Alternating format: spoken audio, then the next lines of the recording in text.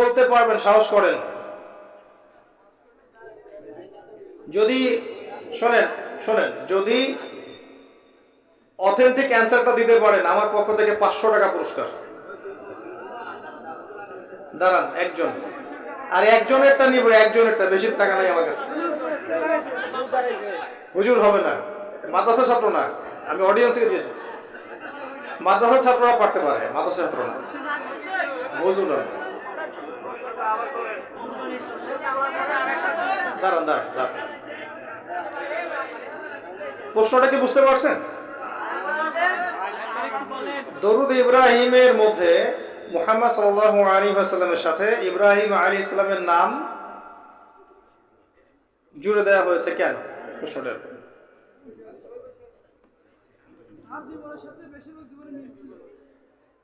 কে বলেছে? অ্যান্সার কি? নাম আপনার? কি রকম মিল ছিল বলেন দেখি।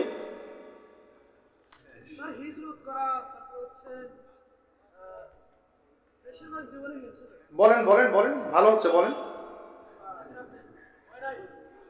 বলেন। আপনি ভালো জায়গায় আসছেন, সঠিক জায়গাতেই আসছেন। এখন বলেন মিলগুলো কি কি ছিল? পারিবারিক থেকে চাপ দেওয়া, তারপর হচ্ছে বেশিরভাগই হিজরত করা ছিল, তারপর হচ্ছে বলেন। পারিবারিক চাপ মিলে গেছে, হিজরত মিলে গেছে, আর কি ছিল বলেন?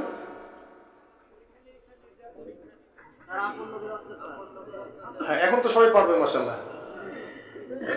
এই দুইজনের জীবনী পড়বেন, পড়লে দেখবেন দুজনকে, মুহাম্মদ সাল্লাল্লাহু আলাইহি ওয়াসাল্লাম এবং ইব্রাহিম আলাইহিস সালাম, দেখবেন আল্লাহ রাব্বুল আলামিন তাদের জীবনের যে ফ্লো, এর মধ্যে একটা অসম্ভব রকম মিল রেখেছেন। নবী মুহাম্মদ সাল্লাল্লাহু আলাইহি ওয়াসাল্লাম এবং ইব্রাহিম আলাইহিস সালাম উভয়কেই প্রথমে পরিবার থেকে চাপ নিতে হয়েছে, তারপরে সমাজ তাদেরকে চাপ দিয়েছে, ধর্ম নেতারা চাপ দিয়েছে, তাদের উভয়কেই হিজরত করতে হয়েছে, তাদের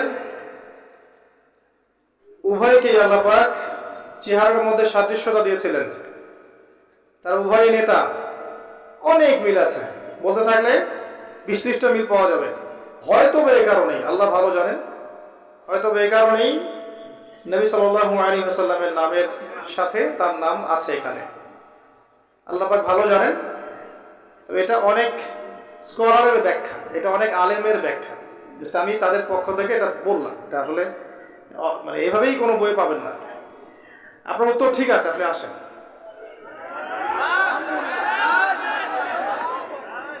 অনেক প্রশ্ন আছে, এগুলো আসলে আমার মনে হয় মুফতি সাহেবদেরকে বললে বেশি ভালো হয়।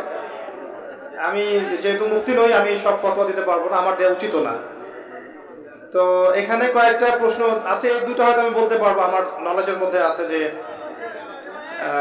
বিবাহের বয়স হয়েছে কিন্তু পরিবার থেকে করতে রাজি না, এমন অবস্থায় করণীয় কি? যদিও হালাল আয়ের অল্প উৎস আছে, যদি বিবাহের বয়স হয়ে থাকে প্রথমত পরিবারকে বোঝাতে হবে, পরিবারকে বোঝাতে হবে যে আমার প্রয়োজন আছে, আমি বিয়ে করতে চাই। আর সবর করতে হবে, বোঝানোর ব্যাপারটা ধৈর্যের। আর তাদেরকে বাদ দিয়ে আপনি যদি কিছু করতে চান, পরবর্তী জীবনের সমস্যা হতে পারে। আপনি পরিবারকে জি জি আপনার যে ব্যাগটা নামাই দেন প্লিজ। আর সবর করেন, যে প্রশ্ন করেছেন তাকে বলবো সবর করেন, আল্লাহর কাছে দোয়া করতে থাকেন, রোজা রাখেন বেশি করে। মাশাআল্লাহ, মসজিদ কর্তৃপক্ষের পক্ষ থেকে, মসজিদের পক্ষ থেকে আপনাদের কাছে নীরবে ব্যাগটা যাবে। মেহমান মুসাফির মানুষরা দোয়া, মুসাফির তুলবেন এমন বসে মুসাফিরের দোয়া কবুল হয়। আপনারা যেগুলো নেক নিয়তে দিয়ে দিবেন, যেগুলো বিপদ মুক্তি নিয়তে দিয়ে দিবেন, আল্লাহ পাক আপনাদের বিপদ দূর করে দেবেন। ব্যাগটা দিয়ে দাও, বাড়ির বলে যেখানে বসে উসমান, ব্যাগগুলো দিয়ে দাও।